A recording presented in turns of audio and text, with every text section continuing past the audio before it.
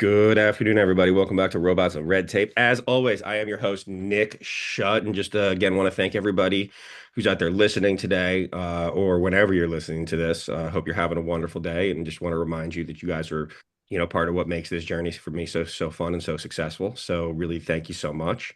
Happy to have my friends Neil Cohen and Arti Raman with me today. How are you both doing? Great. Thank you for having us. It's exciting to be part of your podcast and conversation. We appreciate the opportunity to share our message. Yeah, Absolutely. It was that's what she said. Yeah. I really, Yeah. guys, obviously was happy to meet you, Neil, at Legal Week this year. The first year was at the Javits Center, which was a bit of a change. What were your thoughts about the conference overall? Well, I had not been to the previous facility, although that's all people kept saying is like got out of that cramped like a Hilton meeting space. Lovely Mhm. hotel, but probably not ideal. Uh, I think what really struck me was the number of companies there, in the legal tech realm. There were almost 6,000 attendees. There was a full hall full of people, all with these kind of fairly niche offerings for all the different areas of, from e-discovery to regulation compliance, to lawyer assistants. To me, it opened up a whole new world because I had never been to a conference like that. And for Portal 26, that was in the parlance of our business, a new ICP, ideal customer profile, Mhm. of who in the legal profession, whether you're a general counsel at a corporation or a law firm, how might you use our tool? And I think the other pleasant surprise was uh, how people really did need us, that they didn't know that they could do what we do. Mhm. And so impressed at the amount and quality of legal tech that was there that helps Mhm. law firms be better, and optimistic about our opportunity in the space. Awesome. Yeah, no, really appreciate it. And for folks out there that haven't had the opportunity to get to know you, Neil, or you, Artie, or have heard of Portal 26. And Artie, I'd love it if you would start. Just kind of tell us a little bit about yourself, your background, your story, and kind Yeah. of how you got here and what led you to found this company. Man, thank you. Thank you for that question. It's a lovely way to start. So, Arti Raman, CEO, founder, I have a very deep cybersecurity background. So, before here, I was at Symantec. That should say it all. Symantec's one of those companies that trains you. You know how certain places you kind of have to have all the skills before you go into the place, but it's one of the few companies, and it doesn't exist now, but Mhm. where they trained you. So I got a lot of hardcore training on, endpoint security, data protection, network security, things like that. And I rose up to that company to when I left, I was doing product management, product strategy, and also competitive intelligence. And that competitive intelligence group supported the M&A team. And so what was interesting was to have like a real insight into all the white space in the security industry, because you just do a lot of research when you study competition and various offerings and how they overlap, what the landscape looks like and things like that. And so it was there that I had the idea of to go start a company that did some hardcore data security. And when we started this company in 2019, it was a broader data security play. And that was very successful as well. But as soon as AI hit the markets at the end of 2022, it occurred to both our team as well as our community of CISOs and CIOs that the need for cybersecurity as it pertains to AI is going to be massive. Mhm. And so we were literally on the ground floor as enterprises started this adoption journey, some being dragged into it and some deliberately.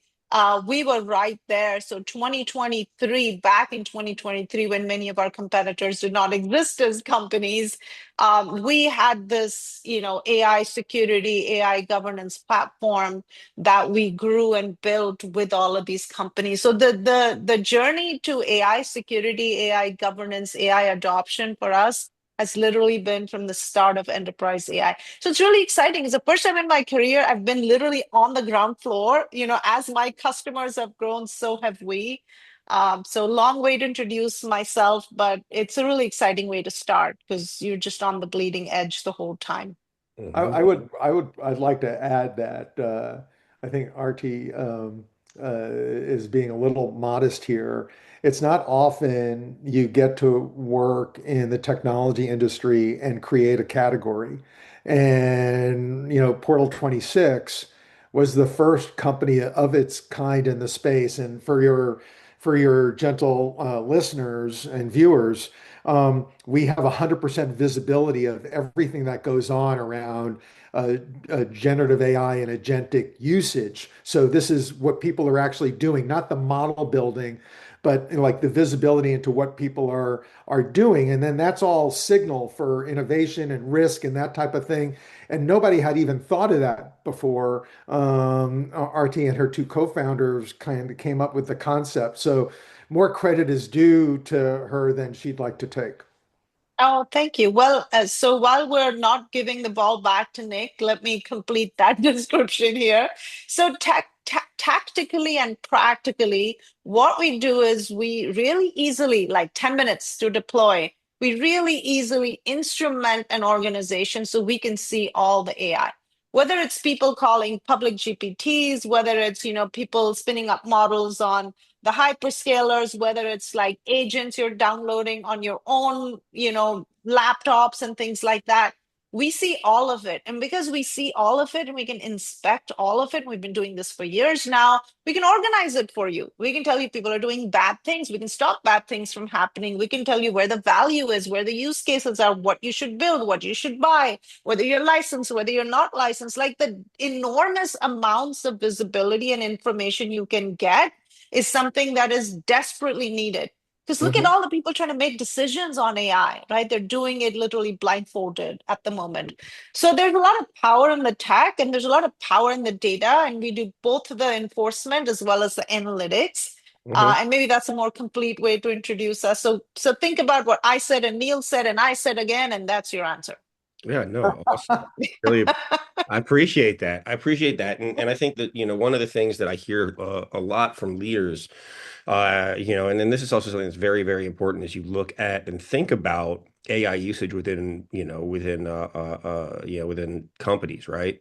Is that, and I think a lot of people don't realize that everything that goes into these public LLMs, right, is all ingested by the LLM. And then if you're not paying for it at a certain level, they take all that and retrain their models on all of that, those inputs and that data, right? And all of a sudden, if you're uploading proprietary company information into some of these places, now all of a sudden your competitors may be able to pull out your proprietary company information. And like there's a huge cybersecurity risk as it relates to AI in general. And so, Artie, what are you seeing now as far as shadow AI usage within organizations? Like, how many organizations that you guys are deployed at, how many people are using tools that either, are unlicensed or not being paid for, or where you're the product, as opposed to, more of the like local on-site AI tools that are much more secure. So I would say on average, the number of sanctioned tools, and this is today, the number of sanctioned tools in an organization are usually somewhere in the range of 5 to 30. They're like either doing all their work on Copilot and three, four other things, or, if you're a large company, there's department specific tools and things like that. Relative to that, the amount of shadow AI we find, so tools that people are using that aren't in that set, so it's not monitored, there's no policy for it. You have no idea, you have no rules, you have no guardrails, etc. So we would see upwards from between 280 to about 600 tools. So the span of what's happening in the shadows versus what is being sanctioned is massive. And here's the kicker. The worst part of it is that your legacy network security tools that by now have caught up to the understanding that there's something called AI and we must treat that on the network differently. At least we must give you an opportunity to block it. Right. So this would be your secure web gateways, your Zscalers, Netscopes, Palo Alto, all of those guys, right? Cisco. So the problem is that their categories themselves are horribly incomplete. Like we want to say like 15 to 40% coverage. So imagine you have 200 new AI tools hitting your network every week. Your network controls are maybe, recognizing, well, the new ones are not seeing it all, 15, 20, 30% of those. Now you've got this big hole in your network, right? Where you don't even know what's in and out. So the shadow AI problem is very bad. And then in the last few weeks, in the spirit of giving you really long answers to your short questions, in the last few weeks, ever since, right, Anthropic and OpenClaw and all of this stuff is happening that's been hitting the news, that risk has gone up significantly. So not only now are people using AI in the form of agents, those things are hooked up to everything else, resources, things on your app, company information. So it's not you necessarily uploading documents into chat gpt. It's this thing that you authorize, this agent that's doing it for you. You wouldn't even know. So it's become really bad in the last few weeks. It wasn't already pretty bad before. And Mhm. I would say there's a yin and yang to Artie's answer because a lot of organizations that we talk to, they don't want to block all this AI coming in because they want, like, the line is 1,000 flowers to bloom. Like, let's innovate and let's see what's going on. But if you don't have visibility into that and you don't understand what's on the network, it's a double-edged sword, shadow AI. It can show innovation and it can show where people are actually doing what we call evidence-based work because this is what they opted into. Mhm. Or it could show like things that shouldn't be on your network. And if your listeners think about how they personally work, think about when the company forces a tool down on you. It's like everybody's going to use XYZ. It could be something, and I hate to pick on Cisco, but WebEx, right? Mhm. And nobody liked WebEx. So that's, people started putting Zoom on their credit card, right? That shadow IT. Shadow AI is the same way. It's like I'm not going to use that tool. That wasn't built for my department. If that wasn't built for my skill set, I'm Mhm. just going to buy with my credit card something that's going to help me be better, and I'm going to use that. Well, that's great if you have guardrails around it in the organization. But if you can't see that and you can't understand that, that can open up risk for the organization. 100%. And guys, what are some of the most surprising or like concerning behaviors you're seeing with employees around how they're utilizing AI? And have you seen folks that are have you seen instances where people are uploading sensitive company data to public tools?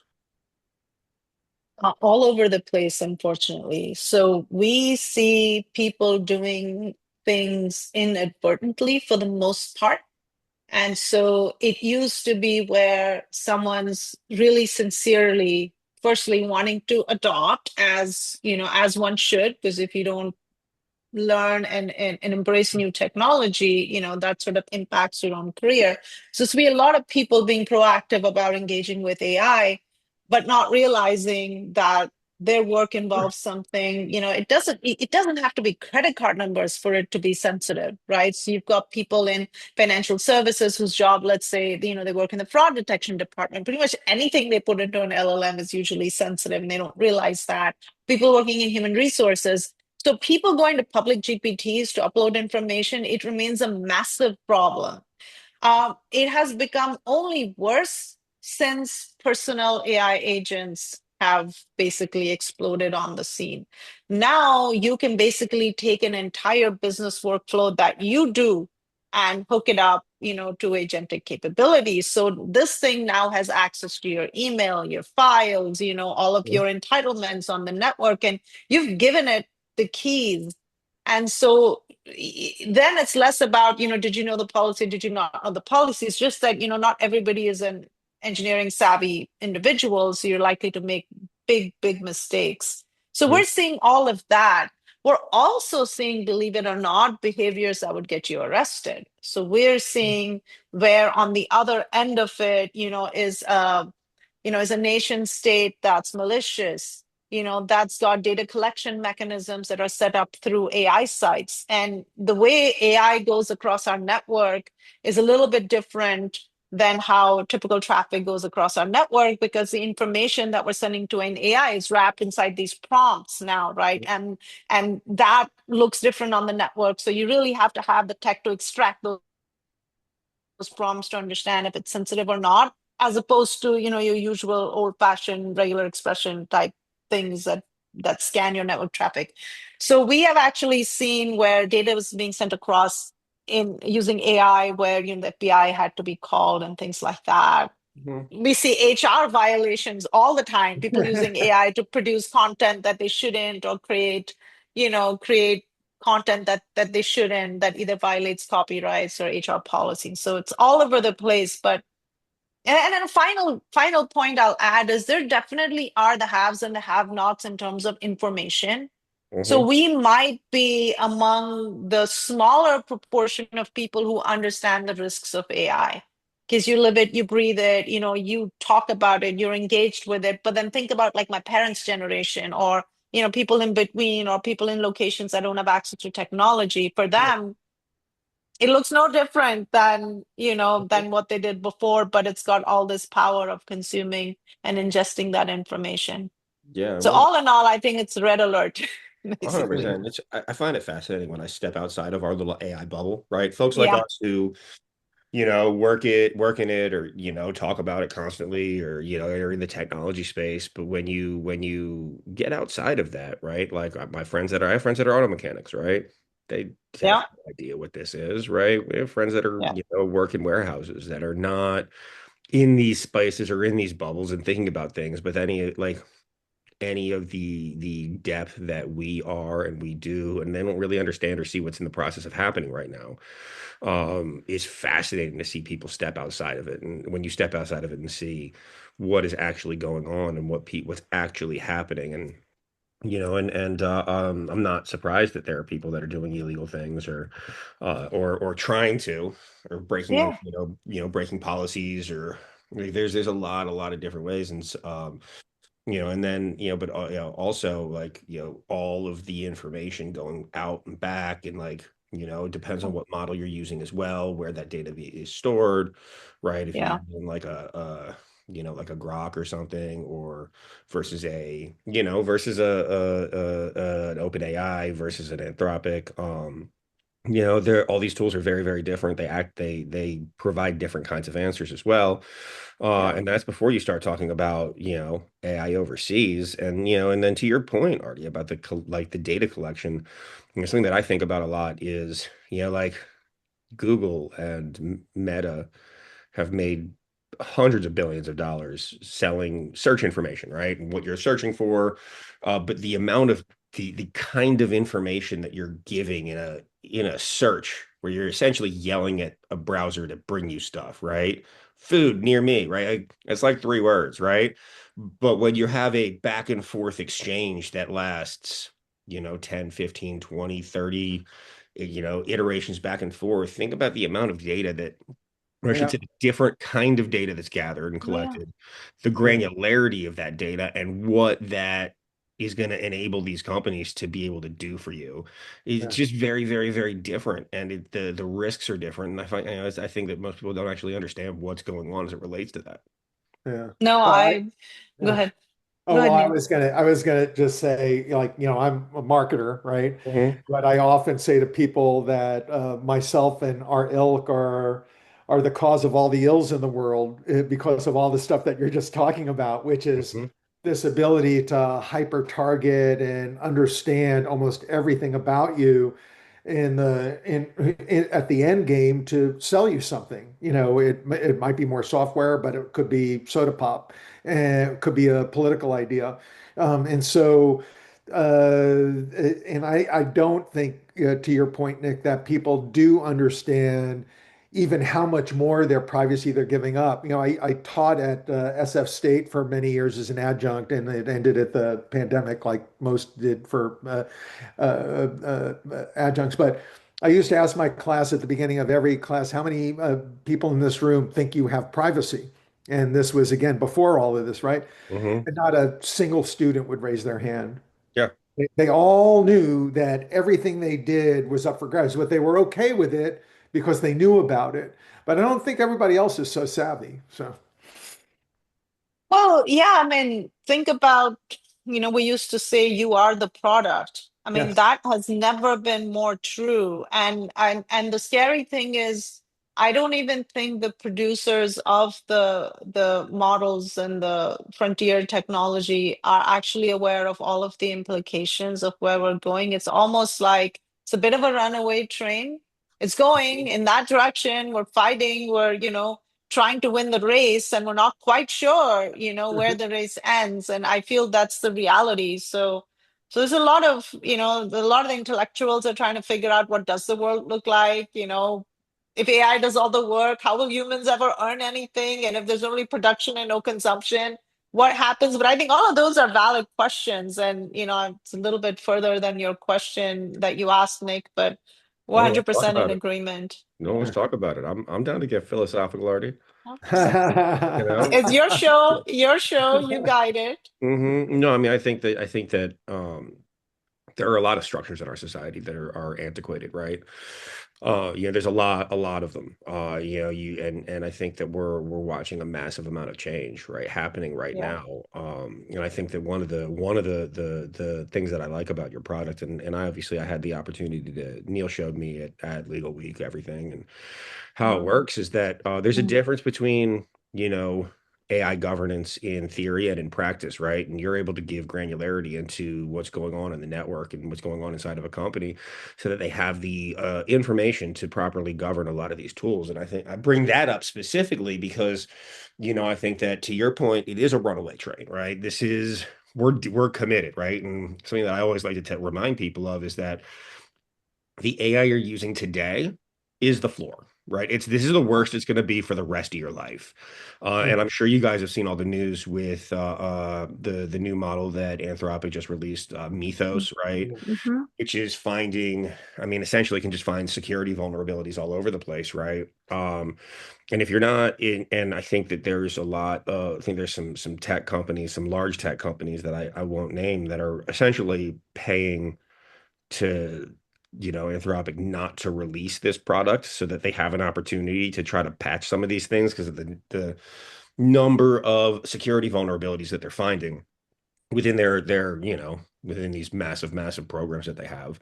And I think that governance is so important as you go about setting all of these things up, which is one of the reasons I'm really excited. One of the reasons I started this is because you can't like go in and fix it later if in the same way you could. I think it's really dangerous to take the Zuckerberg approach of break stuff now, we'll figure it out later.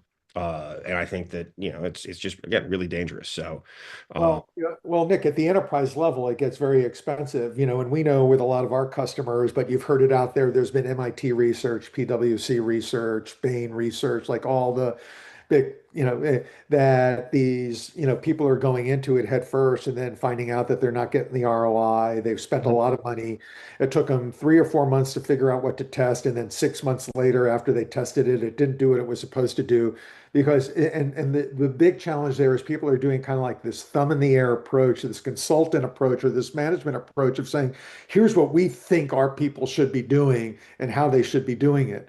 And instead of an evidence-based approach of like, why don't we turn on the lights and see what's going on in the organization and see what people are actually doing because it is out there with shadow AI or with the tools they bring in, whether it's Copilot or Anthropic or whatever it might be, and then say like, hey, look, we can see 40 people doing this thing over and over and over again. That's probably an agent. Or, hey, people are gravitating towards this one tool, but it's unlicensed and it's risky. Should we buy that tool since our customer service department seems to really like that idea and there's 80 people using it, but there's no governance around it. So maybe we should get a license for that and put our arms around it. And so this is and so when we bring this approach to our customers, when we bring this kind of turn the lights on, this MRI where they can see the use cases, understand the risk, they tend to have an 80 to 85 to 90% success rate with their proof of concepts and go into production so much sooner. So we have big Fortune 100 companies, big companies that you have heard of, who have cut that timeline by 80% from an idea to a production. Hmm. And they're moving ahead faster, and they're the ones who are being more competitive. And these other approaches are just not working. And that's why we see, more and more people kind of adopting the kind of approach that we're recommending in the marketplace. Anything to add to that, Artie? Well, yeah, so you brought up a couple of points. So one was that, the governance model needs to change because, you bolting on governance afterwards is difficult. And I think in a conceptual way to think about it is when you have an employee in your organization, you basically can evaluate their work and then you can evaluate their behaviors, right? And you can have two different uh, dimensions to that, right? Hey, you really need to do a good job. And by the way, if you break the law or spill our secrets or do something bad, right, then there's consequences. You're gonna get fired and you're gonna have other problems, right? If you have an agent doing this, you just lost a whole dimension of control, right? You're not firing that agent, you're not coaching that agent, you're not talking to them or anything like that, right? So if you don't have the controls and the governance built in to how the work gets done in the first place, you will not have any governance. And the problem is that the people that are building the models and building apps are solely focused on automating the work or, AIizing the work, however you want to say it, right? Oh, I'm going to do customer support using AI, or oh, I'm going to do, vulnerability detection using AI. But that other side of it, right? What to not do is just, it's not them. It's another set of companies like us and someone else, right? And so if these two don't move at the same pace, you're in trouble. Hmm. And so I think now I don't have an answer to that, but I think that's really what you're seeing. So wherever we can get in, whenever we can get in, and we are constantly saying instrumentation is your friend. You cannot have human based governance or the speed of humans, which we did when you tell people what the HR policies, etc. You just can't have it for AI. You have to have instrumentation technology that moves as fast as AI moves, and then everything that Neil said, right, from that point on. Yeah, absolutely. No, and I think that one of the very one some of the ways that companies are successfully implementing these is the bottom up approach, right? The Yeah. grassroots approach of giving people the opportunity to play with these tools as a function of doing their job. Because yeah, everybody's talking about job losses all the time, things like, but you're Yeah. not going to lose your job probably anytime soon as it relates to AI. AI is not going to replace a lot of people yet, but who you will lose your job to is somebody that's using AI as a function of doing their job because that makes them better at their job. They're able to do more faster, Yeah. right? And then and so what are, some examples you guys have seen where of like grassroots AI use within organizations that is translated to real business value because Mhm. leaders are empowering their people to utilize these tools in whatever ways they see fit for their position. Yeah. So one of the very cool modules we built, and I'm starting with the module because it's relevant, not just a product pitch. So backing up a little bit, everything we built, because we started back in, 2023, everything we built, we just built by popular demand. Customers Hmm. are like, oh, I need your tool to do this. Right. So a couple of quarters ago, people were like, you know what? We need to make investments. We want to build agentic workflows. We want to do these things, right? And it occurred to us that we already have all the demand signal. So we put into this product a module that harnesses that grassroots work. Let us first allow people to do everything they want. Now let's look at what they're doing. And if we see two types of things, right? If we see repeated patterns, people are trying to build the same thing, marketing is trying to build content, etc. We see risk, Hmm. right? You really don't want to do this on the public. And we see resource connectivity. People are finding things that are company resources, pulling them in. That is your signal for an agentic workflow. Risk notwithstanding, risk only because, if you pull the use case in house, now you don't have risk, right? So we realize that even with as few as 50 people in your company, you have enough of these patterns. And so we started surfacing these patterns in a module that's called Idea Labs in our product. And you will not believe the success we have had with harnessing this grassroots power. We are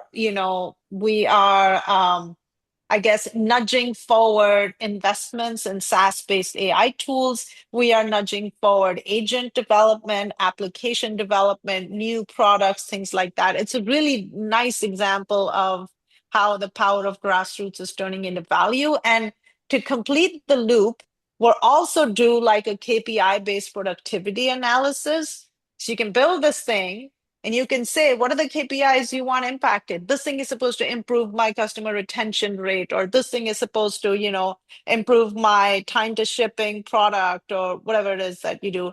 And it will track and measure adoption, and it will track and measure the impact on those KPIs. Mhm. Now you can have a CFO look at it. So the impact is real, and nothing is better suited to this type of end-to-end life cycle, impact of grassroots than something that's fully in the technology realm like AI. Mhm. So again, right, you're asking us short questions. We're giving you long answers. Hopefully, Love it. the vibe is matching what you're hoping Mhm. for. Well, and I can add, like we just came from RSAC, which for your viewers and listeners is the largest security conference hosted in San Francisco every year. And we had the good fortune of talking to 100 plus CISOs there. And what's a CISO? Chief Information Security Officer. So they kind of manage the cybersecurity and the risk in an organization. And typically, these people only get recognized. I never get recognized. They only get called out when something goes wrong. Mhm. Nobody at the end of the day says, "Hey, nothing bad happened today." Meanwhile, they're under relentless attack over and over and over again.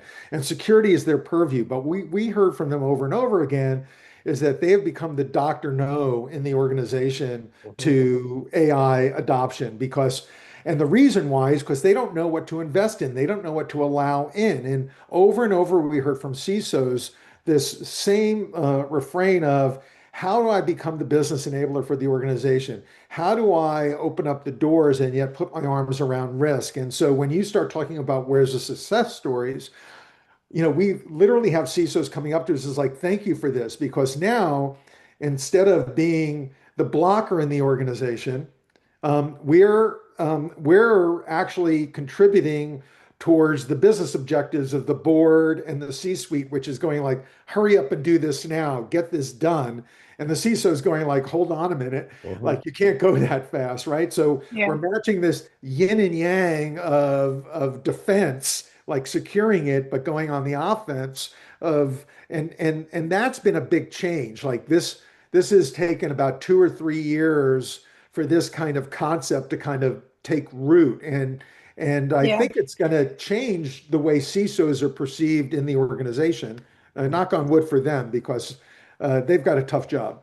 Mhm. I'd like two specific examples to answer your really particular question on grassroots success. So we had one customer who has a, large workforce where the HR department cares about taking the people along, right? Because obviously the technology is changing, but how to take the people along. And they had an initiative which came up literally grassroots called AI University. And they were taking what was on our platform, right? And we are giving you visibility, obviously, with the right entitlements into who's doing what and how they're doing it. And they use that to create this AI University, which is basically like a closed loop training program. And it had a huge impact, is having a huge impact because where people, had all of these fears and concerns about using AI, how to use AI, what happens to my job, etc. This initiative really turned into something that none of us expected. Like we didn't expect like an HR to take something like that and run with it, but they did, which is fantastic, really, really good. And then in another company, again, unexpected grassroots benefit, we had like a head of engineering. So again, right, typically we sit within cyber and we do our job with this, but you have a head of engineering that's trying to make a decision on what AI assisted software development tools to invest in, right? Like, am I buying a GitHub Copilot license? Am I buying Claude Code? Like, what am I doing? And having the visibility into the grassroots usage, who's using it, where they're using it, who's producing more code, what circumstances, what teams, it really laid the groundwork for the investment strategy. And then, of course, we've got the license management functionality, but very much bottoms up. So having the ability and the instrumentation to actually do bottoms up and get bottoms up data has Hmm. really changed how they steer it and how much they get out of it. And so, I mean, those are really specific things that we're pretty proud of. Yeah, no, I love that. And how do you approach these conversations with leaders within organizations around you know, prioritizing governance and prioritizing visibility into usage over just jumping straight into tooling. Yeah, so I think we have learned to listen really carefully on where the mandate is coming from. And we have the benefit of having a lot of breadth, right? So when we open a door and we have Mhm. a customer conversation, I would say there are three types of customers, broadly speaking. There are people who don't know up from down. They're like, I have to do this AI thing, right? Where do I start? Yeah. So for them, we have a very prescriptive 1, 2, 3. Start with shadow AI, turn the lights on, see what's happening. You'll get a sense of what adoption is in your organization. And then, we really think you should manage your risk. And then maybe you can get to measuring impact, something like that, right? So that's an easy one. And no matter who you are, you can typically benefit from that. But doors 2 and 3 get interesting. So door 2 is a very security focused thing. This is like a mid to large company, and they know by now, right? There's a lot of marketing dollars going into securing AI. They know they have to secure AI. So for them, it's about like, what's your goal? Is it a data loss focused, data IP, privacy loss focused organization, or are we doing incident management? Are we doing insider threat analysis, with respect to generative AI? Those all fall in the security domain. And then we're basically mapping functionality into that. The third, though, most interesting of all, this is where the mandate is adoption, the mandate is ROI, impact, competitive advantage, right? We know our competitors are using it, we want to use it better. Those are really interesting because there we work backwards. We say, okay, you are, and this is a very common example, you have paid this SI partner of yours, I don't know, $25 million to do a business transformation, AI powered business transformation over the next 2 years. You need to find your high value AI use cases. You need to make sure you adopt it responsibly and all of the security challenges aren't there. Those are really, really interesting because usage is, mandating usage is already there coming down from the top. Now we have to basically map in all of what people are already using and then make sure it's secure and map the top down use case to the bottom up use case. And then it's more involved, but it's also more complete, and Mhm. they're already bought into the types of things that we do. So it's roughly in those categories. There's always like the assessment, like you could go in and you could say, okay, if you're not ready and you just want to know how things are going, let's just come in, turn the lights on for 2 weeks and do an assessment. So that's kind of the motions that we have, assuming that was your question, like how are these conversations happening and how do we make the connections inside. One of the things we've learned, Nick, over time, like everybody who comes to us, even though we have these 1, 2, 3, and some people are just going like, I have to do this, right? From the top down, from the board and the C-suite, they didn't say adopt AI to open up a new threat surface. No. So none of this is being done to create like companies like Portal26 or other cybersecurity companies to protect something. They all want to extract value out of it. And I think one of the things that's been interesting in talking to people more lately is what I was mentioning before, is that more people are now going like, okay, I've got it locked down or I've got it secure or I'm blocking, but I don't know what to do next or I don't know where the value is. And so I think one of the things that we've kind of learned over time is that you have to bridge that gap between, something you have to do, create a secure environment so that you're confident to enable, but also extracting the full value out of why you're doing this in the first place. Hmm. And we believe, at least at this point in time, that's unique to us. I'm sure our competition will eventually copy us as they always do. But and Artie's laughing at that Laughing Artie. It's fine. No, It's why fine. you had a story there. Oh, well, we have found um companies that were formed as recently as like mid last year that look like they have taken Neil's blogs and put them into Chat GPT and just kind of regurgitated things. We laugh because we find, we track these terms, and it happens a lot, but I think, imitation is a form of flattery, so we're not, it's fine, it's good. But this is Neil's world. We laugh because it's Neil's world. We're sending each other saying, hey Neil, we found your latest term, because he's making up these terms, right? He's like coining the phrase and everything, and then it's popping up in other places. So this is Yeah, it's it's a probably just function of our AI. times. They're probably What's using that? AI to write them, and the AI is Oh, yeah. eating your website where everything lives, and it's just regurgitating it back Exactly. out, right? Well, but that's the world. Exactly. That's how fast everything's work. And we were talking about this before we came on, Nick. The speed, the pace of change is nearly impossible to keep up with. I was talking with my wife earlier today about Pakshi, who's our co-founder. He's our chief product officer and chief Gen AI officer. And I was just talking about the stress and like on keeping up with, or staying ahead because we're trying to, the old Gretzky quote, go to where the puck's going. Like we're Mhm. building this stuff and saying like, what's going to be next? What are people going to need to have listening to our customers? But to keep up with that pace and build robust products that are going to do the work, I just can't even imagine what it's like. Because, like I told you, I've been on the internet since 1997 and things move fast in my first startups. Mhm. I have never seen like week to week, we're going like, what does this mean? Like actually Yeah. like existentially, what does it mean? Not like, oh, it's just a little tweak here Mhm. and it's a little tweak there. It's like, oh no, things have fundamentally changed. Like, Yeah. I mean, what Yeah. do you think it means to every security company in the world that this mythos is out? Like, Yeah. they must be rethinking their entire freaking business models right now because Oh, Oh, yeah. they're it's a terrified, I'm sure. whole different ball game, right? Yeah. I mean, and the stock market doesn't help, right? Because you just get these wild fluctuations. Remember, Neil, going back to the story, remember, Neil, one company, without naming names, one company managed to copy our certifications, and you can't just like say you're certified if you're not, right? And Right. that doesn't work. Mhm. Yeah.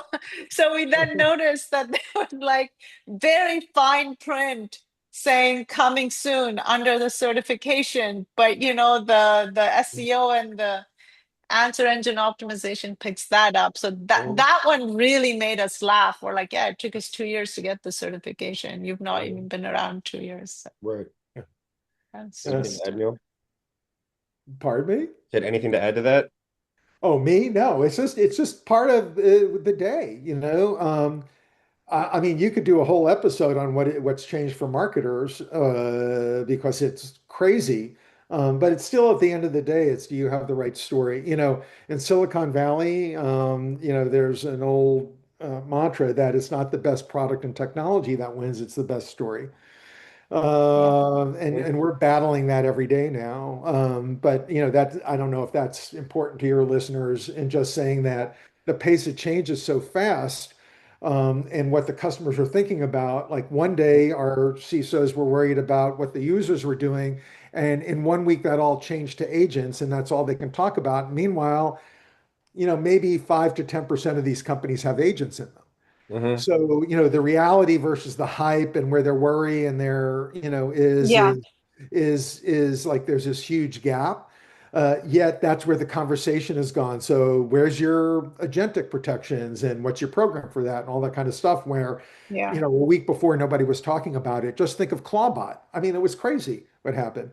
And yeah, Artie and I were on a conversation over the weekend. I go like, did you see this? This is insane. Like we're going back and forth like in real time, laughing and panicking, and then laughing again, and then like Mm-hmm. what yeah, does this mean? And like trying to yeah, figure it out because it just all of a sudden everything changed, and then 3 weeks later you have Jensen Huang standing in front of a billion people telling him like Clawbot's my new standard, and Mm-hmm. this thing didn't exist a month and a half ago. Right. yeah. Yeah, Yeah. I think generally speaking, I must say we are grateful for where we are. Mm-hmm. Permission from our customers to basically observe everything that's happening, right? And so that is a really good place to be, because while it's work to analyze the data a different way or recognize new signals on the network, the fact that you're on the network and you are observing everything and you've got permission to kind of take it apart and Mm-hmm. and work your magic, I think that's really special. Yeah. And so we we owe it to these people to do a good job, to stay on top of all of the changes so that that investment and partnership that they make, and many of them are signing long-term multi-year partnerships with us. So we feel privileged to have that opportunity. Absolutely. And do you guys think we're heading towards a future where every single company needs like an AI control security layer as part of their stack? Oh, for sure. We think it would be irresponsible to not have it. In fact, I think, and insurance companies move really, really slow, but I think at some point, if you're gonna, want AI insurance or cyber insurance, et cetera, you're gonna have to demonstrate that you actually have eyes on it, right? Mhm. And so I think we're moving to that world. What it looks like remains to be seen. Like at the moment, we're stitching together different capabilities, but I imagine at some point, right, there might be some more structure or some standardization or something, right, that makes it easier for enterprises to wrap their arms around it. Mhm. Right. And there's this whole notion, and everybody's heard it, because everybody goes to the worst case scenario of Skynet, but you don't want to have a fully autonomous cybersecurity operation and a fully autonomous, let's say, marketing or business organization. Everybody's saying it was like, oh, I'm going to, do the AI CEO and all this Mhm. kind of stuff. And No. this is, and you've heard the trope of the where's the human in the loop, but there's some balance will soon appear where it's the Goldilocks of the right amount of AI, the right amount of human, the right amount of autonomy. We haven't found that balance yet. Nobody knows what that balance is, right? Mhm. Um, and actually going back to my conversation with Pachi over this, like we were talking about vibe coding one day, and he showed me we'd made up a little app real quick, and then but it got philosophical fairly quick. He said because yeah, I'm able to do this right now because I have, 25, 30 years as an engineer and building product and understanding all this kind of stuff. But 10 years from now, if you get rid of all your engineers and AI does all the coding, who's going to be me? Who's going to be the supervisor? Who's going to be the person who understands whether this thing is doing the things it needs to do in the way that it needs to be done? There has to be a certain level of expertise or control over this that's a human element, that's not a bot. You can't train the bot to do that. And I think the mistake that everybody's saying, to your point about jobs and losses and all that kind of stuff, I think it's all overblown because you're still going to need people to shape this. And so it's going to be new jobs that shape this new world. They're going to be a little different than they look right now. They might be the same kind of coders or engineers we have right now, but we're going to figure out the right way to do it. And I think that's what's going on right now. You got this great push and pull between what's the right way to do it. And it's fascinating to watch in real time.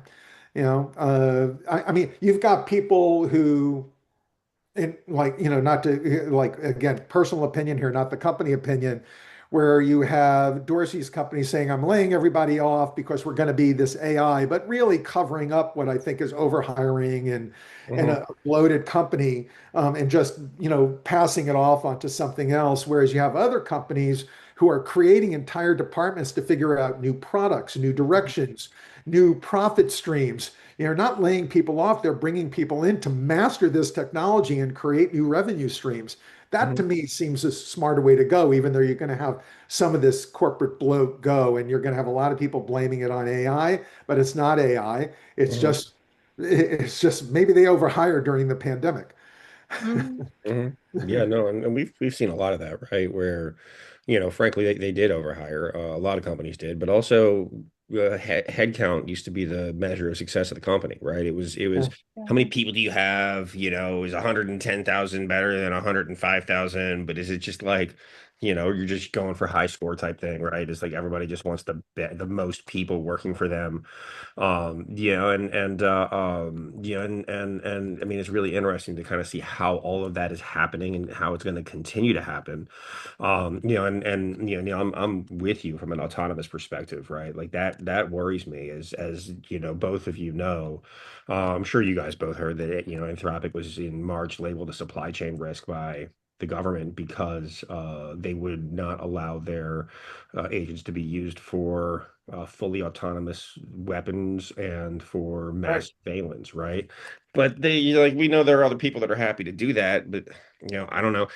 Knowing everything you guys know about agents and LLMs out there and their risk of hallucination. What are your thoughts on having autonomous weapon systems that are running on LLMs or agents? And if you No, want I to think pass, it's that's really. fine. If that's too hot, much of a hot button. Well, no, I mean, look, it's hard to have any other position than acknowledging that it's risky, Hmm. and the consequences of hallucinations and errors are really strong and Hmm. grave. And so hopefully there are parallel technologies, like I was saying, you really have to have that governance path. But hopefully there are technologies and efforts on discrete guardrails as opposed to probabilistic, right? Our AI world is basically a probabilistic world, as you don't want to Hmm. get too geeky here, right? But sometimes what's that? Please go ahead. Yeah, but just simply stated, AI is a probability technology. It's about the best likelihood of the next part of the recommendation of the sentence or the content that's being created. Hmm. But in high stakes worlds such as defense and military and weapons and things like that, you need discrete, not probable. You need deterministic, not discrete. The word I was looking for was deterministic. You need deterministic guardrails, right? You need the line is bright and it's black and white. So I think enough work needs to be done to develop the deterministic guardrails if we're going to do anything, which then again, it kind of tempers the autonomy. Um, but for sure, you need very strong development on that side to pull it off. Otherwise, human in the loop is the way. And I'm Hmm. the daughter of a fighter pilot, so this is very close to home. Hmm. You know, without having the human oversight or error correction or fail safe and things like that, it has never been deemed safe in the military anyway. So we'll see Right. where this Yeah, goes. well, and Nick, for your listeners and viewers, like deterministic, I'll give you an example of the difference between the two. Waymo and the cars, right? Like all the autonomous cars. When Hmm. you leave your home every morning, do you follow a walk plan? Do you file a walk plan? When you drive your car, do you file a drive plan? Hmm. Nobody does, and you don't know what's going to happen out there. Like a bazillion different, like probabilities every single day. That's a different kind of AI, right? That has to figure out a lot of stuff. In Hmm. autonomous flight, right? Which, by the way, almost all flight right now is autonomous, right? Oh, yeah. That's deterministic. Hmm. That's all preset. Everything that happens in an airplane, or you hear about the air taxis, the autonomous taxis like Whisk, Arrow, and that type of a thing, is deterministic. It's all Hmm. predetermined. Everything, nothing can happen that isn't already factored in, right? And so that plane will always go from A to B with no fail because it's Hmm. determined, but it's still autonomous, right? So that's Hmm. the difference between the two. And they're both very complicated in their own way, but Hmm. one's a lot harder than the other, right? That's Hmm. why, right? And that's why Waymos and the others sometimes curl up in the fetal position in an intersection because they just can't handle it all. It's overload and they don't know what to do. And Yep. that can't happen with deterministic. Yeah. I mean, as we talk about some of these other use cases, right? As well as yeah, the governance and security. What do you think some of the worst case scenarios are if companies or governments are going to continue to like adopt AI without proper visibility and controls into what you're using, what people are using it for, and how it's being used? Right. So I think there's two types of worst case scenario. There's the business and then there's the security, right? Mhm. So starting with the business, which is the whole reason why people are adopting, hopefully. Without visibility, you're unlikely to meet your business goals. And that unlikely, I should say, strongly, highly. If you don't have visibility, it basically means you don't know what you're doing. You're a chef without a recipe. You're like a, CEO without data. You just the chances that you're going to meet your high ROI business outcomes and deploy AI in a transformative way without having visibility and instrumentation into what's happening, whether it's happening and how it's being executed, are like slim to none.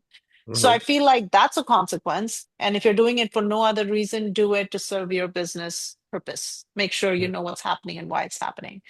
Um, on the security side, the consequences are grave and horrible, right? Because losing data, like who's losing data to who, depending on what the data is and who's on either side of that loss, it could be really serious, national security.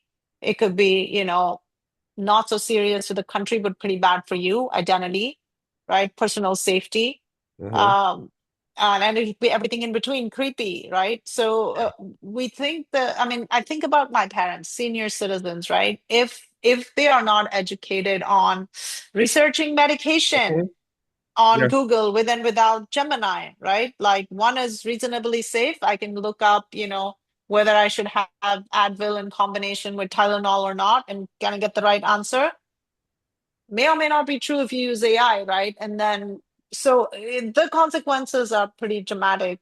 I'm hopeful as capitalistic society flow that the business outcomes and wanting to Hmm. meet your business outcomes actually is the forcing function that drives people to make sure that there's visibility. 100%. Anything to add, Neil? Oh, no, that was beautifully said. I agree. Absolutely. No, how do you think that speaking specifically around legal in the legal world, how do you see their, those organizations, whether it's internal like legal departments within companies or law firms, how do you see their requirements differing from, other folks that are, let's just say in less regulated industries? Um, I'll give a version of the answer. I'm sure Neil has his. I Yeah. think that for the people that the world relies on for compliance and legality and getting it right, it the importance of them getting it right cannot be overstated, right? Mhm. Like you just have to ensure. Unfortunately, that's not been the case over the last 2 years. We have read, news stories of legal personnel that have used AI and filed briefings in cases with false information completely fabricated by AI. That's a problem. We also know that legal demands a pretty high rate for services. There's always a question and an expectation of accuracy. So legal personnel, using AI, it really should be governed. Mhm. Um, that is also not the case right now. The politics of a law firm interferes with the governance of AI. And I've said it, it's been said now. So I don't know if Yeah. I'm going to make people angry or not. But basically, the politics of a law firm has the partners that who typically aren't technologists driving, the CIO, the CISO, and IT. And I think that thing needs to solve itself really fast. Yeah. It's not the case today. Yeah. Neil, you want to add Well, no, anything you to hit the that? nail on the head, and especially being at Legal Tech Week, the challenges that we heard come on a couple of different sides. First, everybody, if anybody's watched a legal procedural, they know that all the associates and interns and everybody works 400-hour weeks and Mhm.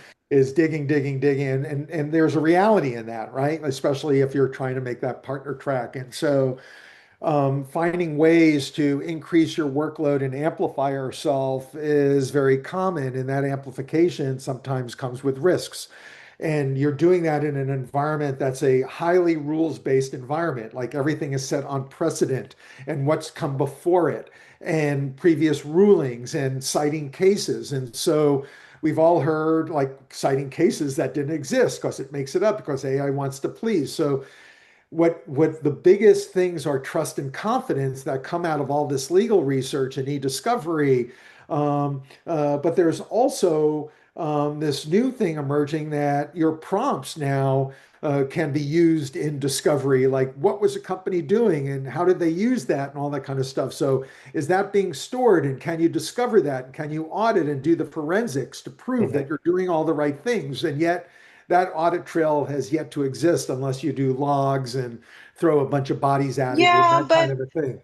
Yeah. I actually see there needs to be some work to balance, disclosure and retention with auditability because you I have been in meetings where, the company has been ready to proceed because they want the visibility for security and business, and legal has said, oh no, if we Yeah, retain it, we'll have to disclose it, right? And they have right, killed the project. And this happened more than once.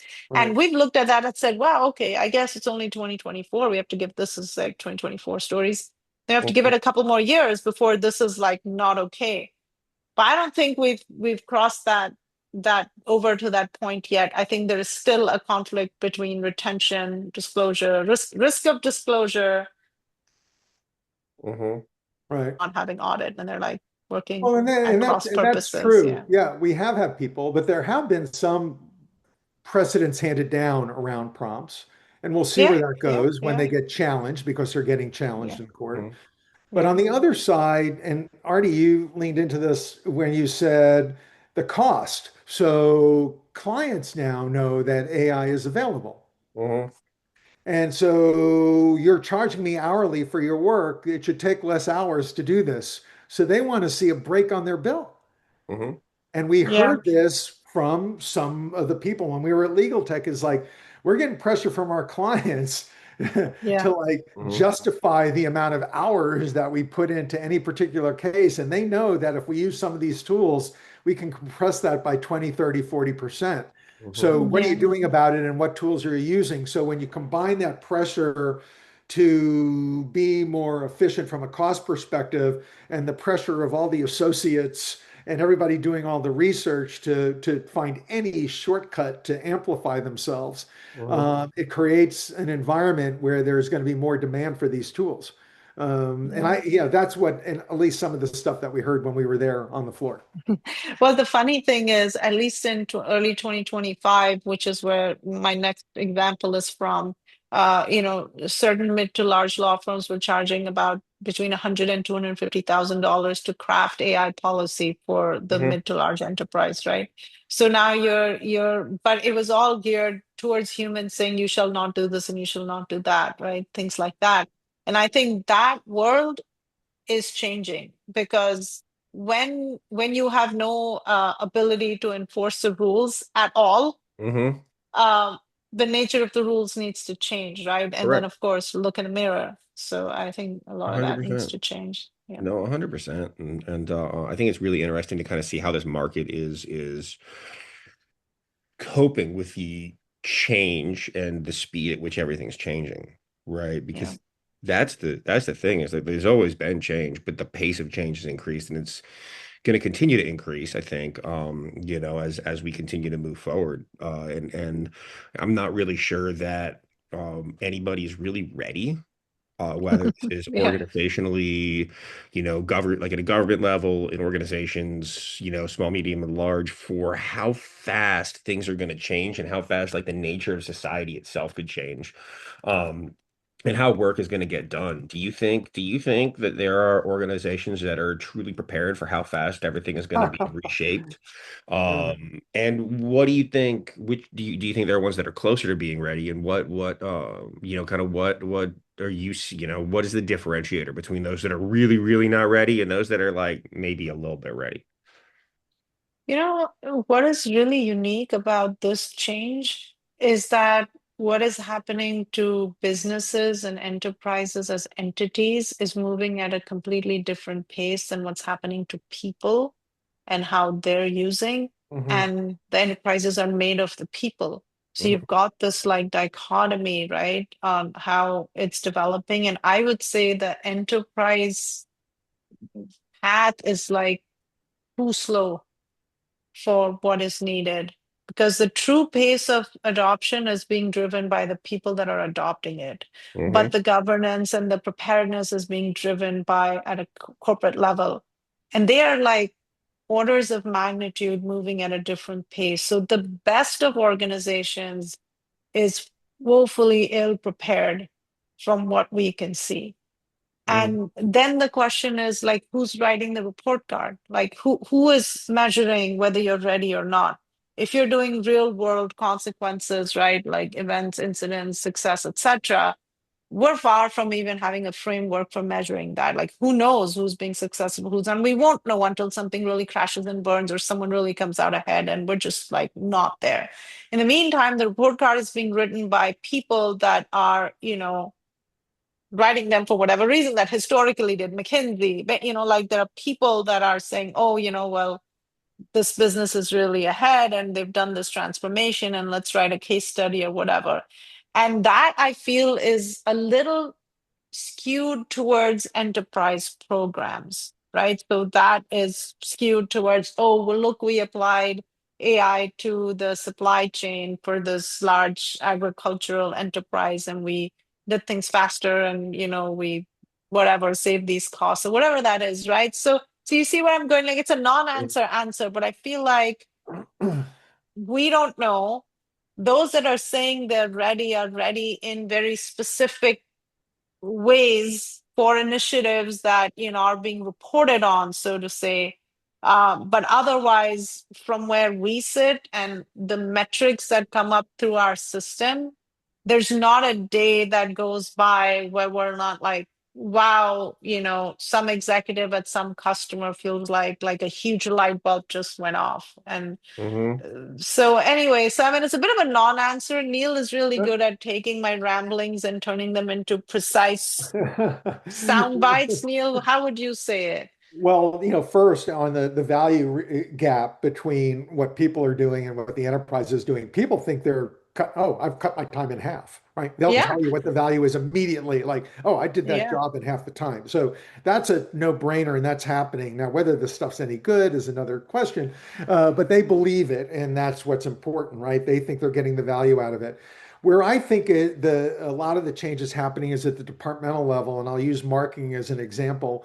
I'm friends with an organization called Traction. They have something called the Future Proof Project, and they bring together CMOs from some of the top brands in the world. If I named the 350, 400 CMOs that are in this network, and they get together and they talk about this, and they all already know that their lives have changed because they're getting pressure from the CEO that says, "Oh, you've got AI now. You don't need a 50-person department. You need a 15-person." Their expectation from the C-suite is that you're going to cut people and be as productive. And so I can take that money to the bottom line.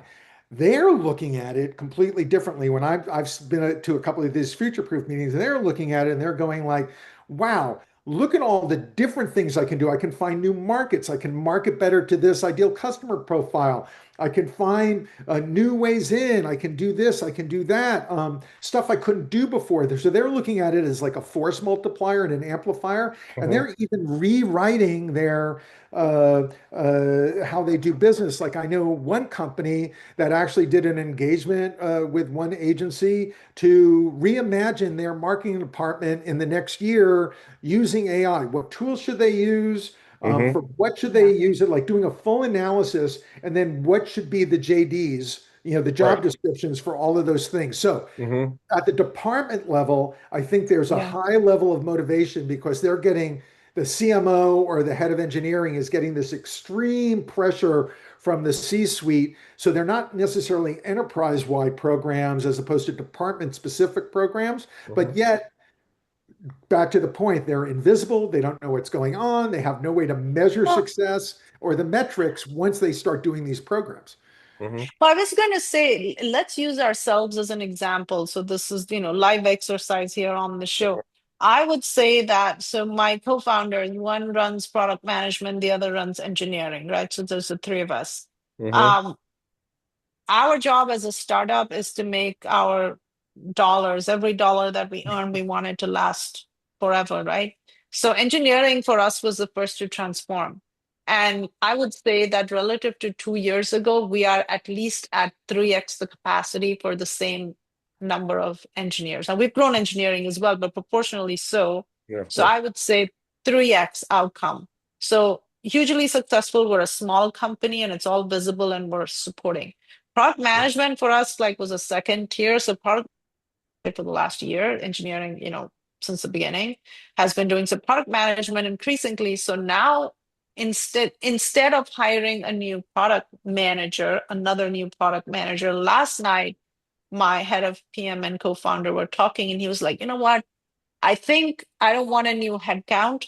But what I want to do is redirect that spend to token because I am producing so much more faster. And like, the PM overhead per engineer for us has gone down Hmm. because of AI. Like we're Right. able to conceive the features, mock the features, test Hmm. the features, run them through customers. So on the ground at that level, to Neil's point, we see a ton of success. Hmm. Right? It's Yeah. pretty magical, and I love it. I don't have to Mhm. spend more, and I get more product faster, and we're more Absolutely. competitive. And No, and I see the same thing with not just, folks in your line of business, whether it's the technology space, but people across the board, right, I see that, yeah, you could reduce the number of people in your organization and have the same level of productivity. But what I prefer to do is look at increased productivity, right? So, yeah, I have the same number of people, but by empowering them with the right tools, they get so much more, so you get so much more productivity out of them. And, so your organizational capacity increases, like a lot very, very quickly. And so, it's without additional spend. So that's an excellent point, Artie. I really love it.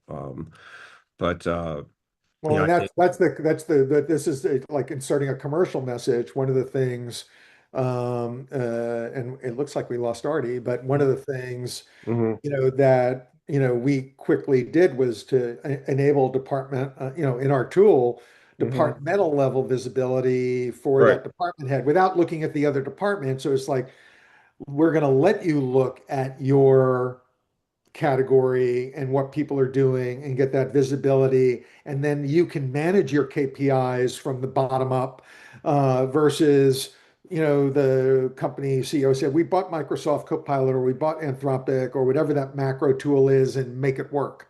Right. hmm Versus like in marketing, it's very, very specific. If you're doing marketing automation or account-based marketing, or maybe you use a tool like Canva.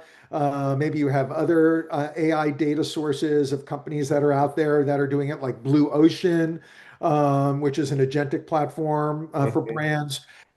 These are the kind of tools that you might want to be using specifically that are a lot different than what the top down might be. And so that's where you're going to kind of see that change, right? hmm That happen.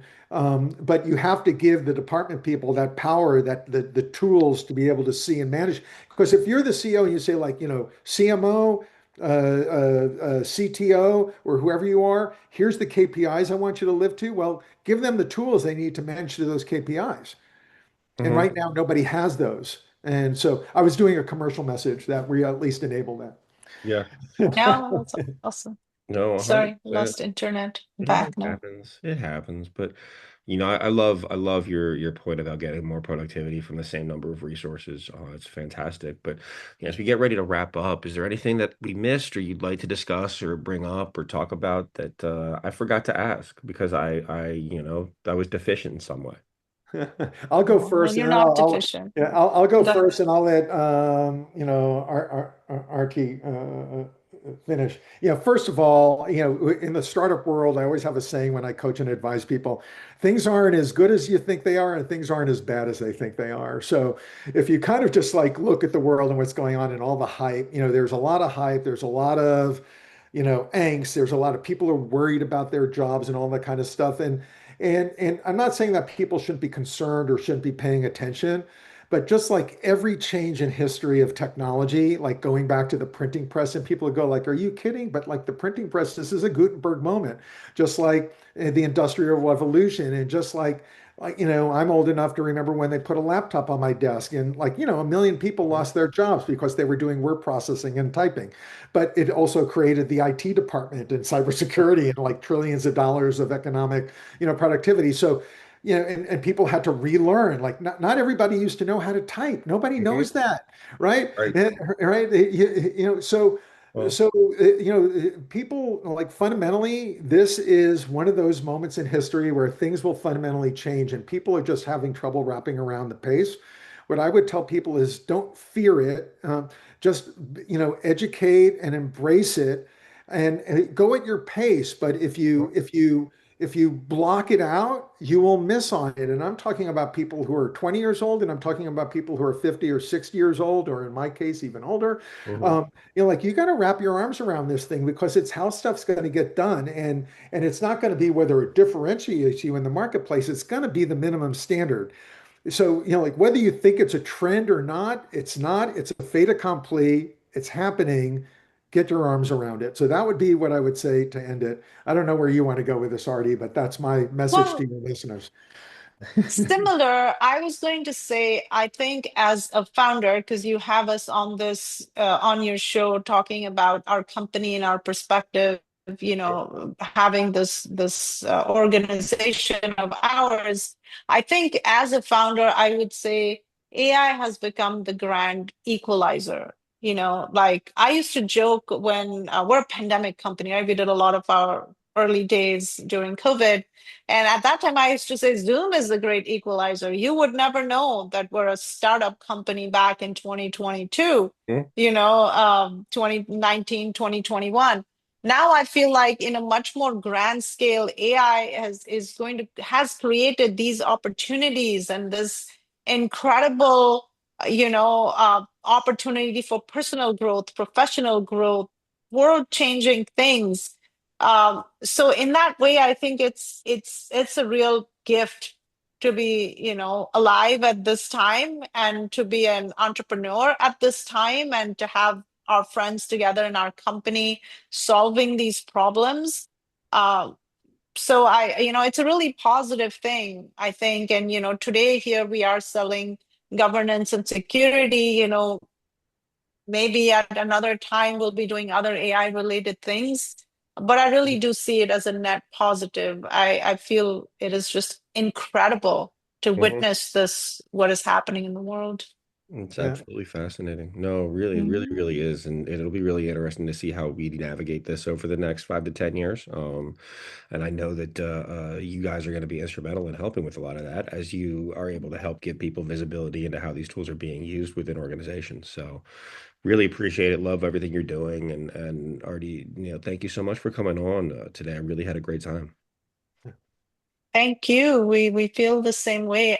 Every time in history that there's been change, the media and communication has never been more significant. So, the time you take out of your day to put the show together and to, share ideas, etc., it's pretty fundamental Mhm.